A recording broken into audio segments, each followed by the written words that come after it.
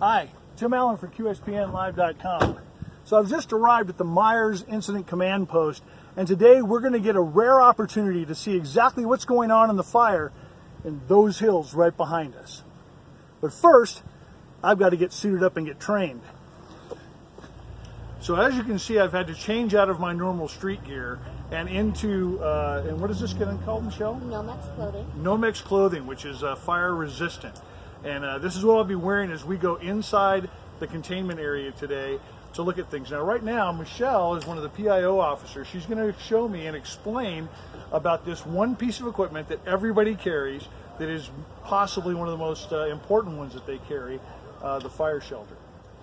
So, as Mr. Allen explained, this is a practice fire shelter. It's the same dimensions as a regular shelter. This is our last resort. This is our piece of life safety.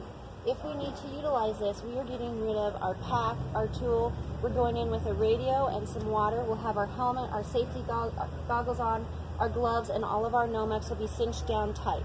So that helps prevent any additional burning. If we have shrouds, we'll have those down over our neck to protect our necks.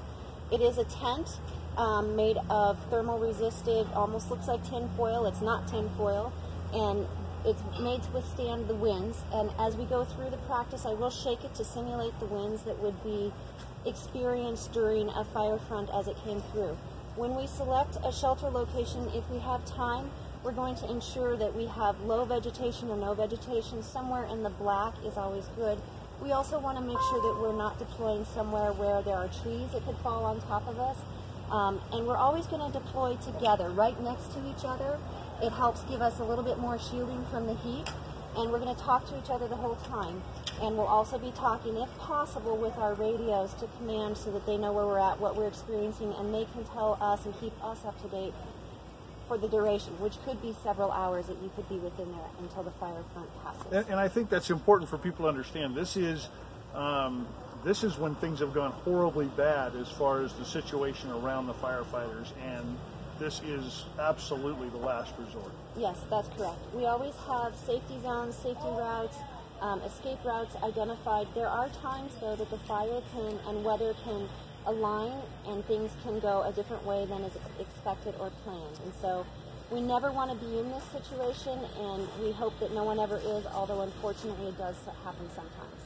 All right, well, this is something I have to learn how to do in case things go horribly bad. We don't expect to be anywhere near that today, but let's see what we got to do. All right, so if you'll grab this tab and rip it open, you'll see another tab that comes. Just grab it and pull. Keep pulling this tab, actually.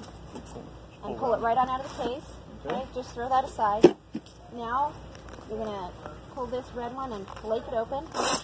Keep going, and out of it. Throw that aside. We don't care. Now you see the hand holds. If you grab those two hand holds and deploy it. All right. So you see you have your left hand and right hand. What we're going to do. Open your head. Here we go. You reach up inside of it. There's a hand hold in the corner. And I want you to put your left foot into this lower corner. And your right foot into that right corner. You can lean on me if you need. All right, now I'd like you to drop down to your knees. All right, lay flat. Put your feet and your hands in the corners as tight as you can get it. All right. This is your protection. The tighter you keep that down, the fewer hot air gases are going to get in. Okay, you may come out now.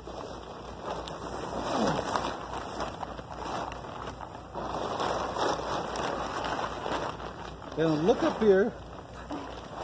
Let's see how that is. Excellent. You did wonderful. So imagine being in there for several hours, talking to each other, the wind's blowing like that. The flame front is very noisy. The fire is noisy, and it's hard to hear each other. So you'll be talking loud. It'll be very hot. You could be getting burned during that time. If any of you have ever been to one of the high school bonfires, you sat around a campfire that's really blazing, you think about just the heat and the sound from that. It's got to be 1,000 times probably louder and windier than that. And I can't even imagine the amount of wind that you would generate from a fire like that. You're shaking it, I'm sure, is not even remotely close to it. I've never had to go through that. I've never had to deploy, which I'm quite grateful for. So I haven't had to imagine it.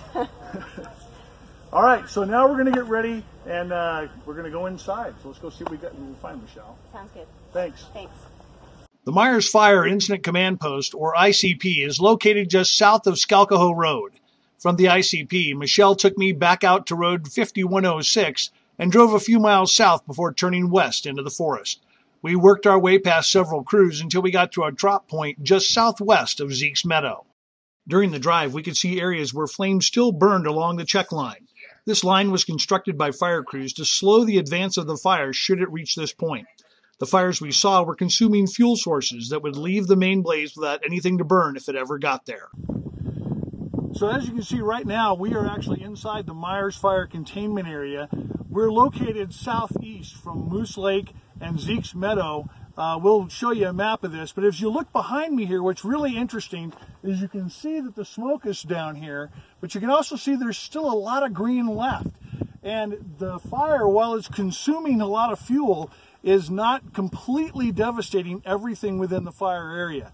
That's something that we're going to hope to show you a little bit as we go along. But this area here is one that is designed as a drop point so that they can bring in equipment, they can drop supplies here, drop equipment here. If they had to, they might even be able to land a helicopter here so that they can get these things in and out that they need at any given time.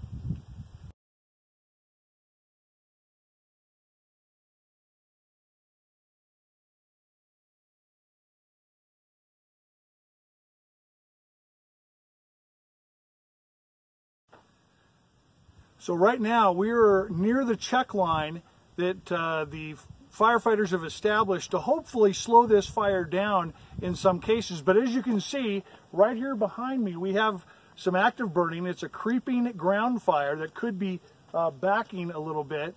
And it's one of those things that you can see a lot of the fuel through here has been cleared out, and just the ground material has been left so that as the fire hits it, it slows. Now, obviously, fire burns uphill when it really wants to, but depending upon the weather, it could actually start burning back down into the green again.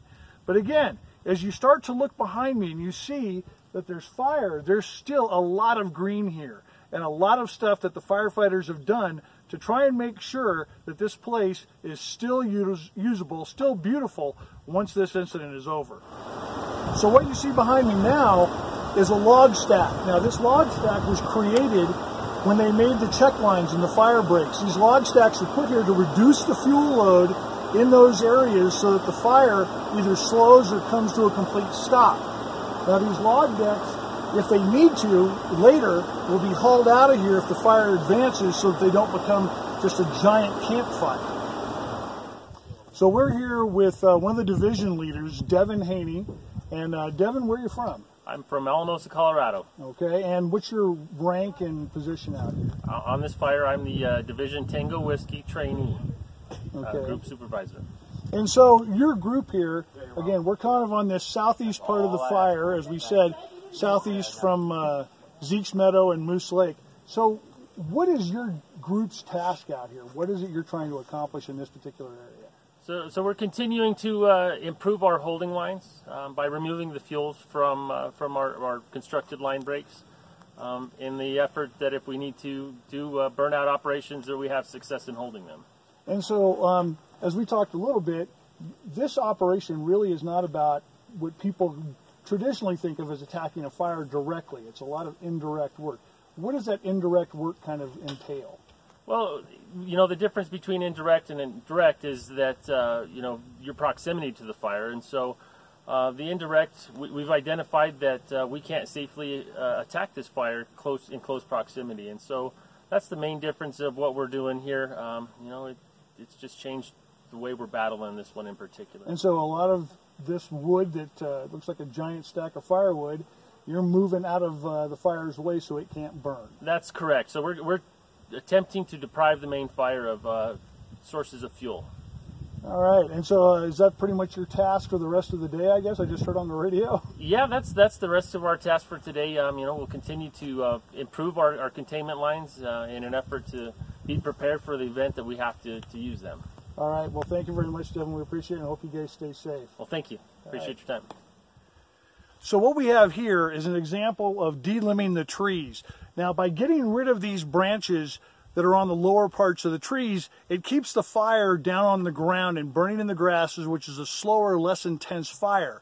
When the fire gets up into the trees, that's when we start to see a more intense fire, a faster fire, and a fire that can jump thousands of feet just by the embers floating through the air. So this kind of thing is also extremely helpful around your home. If you have trees around your home, you want beautiful trees, but you also want safe trees. And especially during fire season, taking these kinds of things out could slow a fire that's approaching your house and help the firefighters have a chance to save your home. So that's what it looks like here inside the Meyers Fire Containment Area, just southwest of Georgetown Lake and Phillipsburg. These men and women are fighting hard to make sure that your home and property are safe, as well as their lives and their equipment. This is something that I hope you can appreciate and take to heart, that these guys are doing their best every day to make sure that you're safe at home. Reporting for QSPN Live, this is Tim Allen.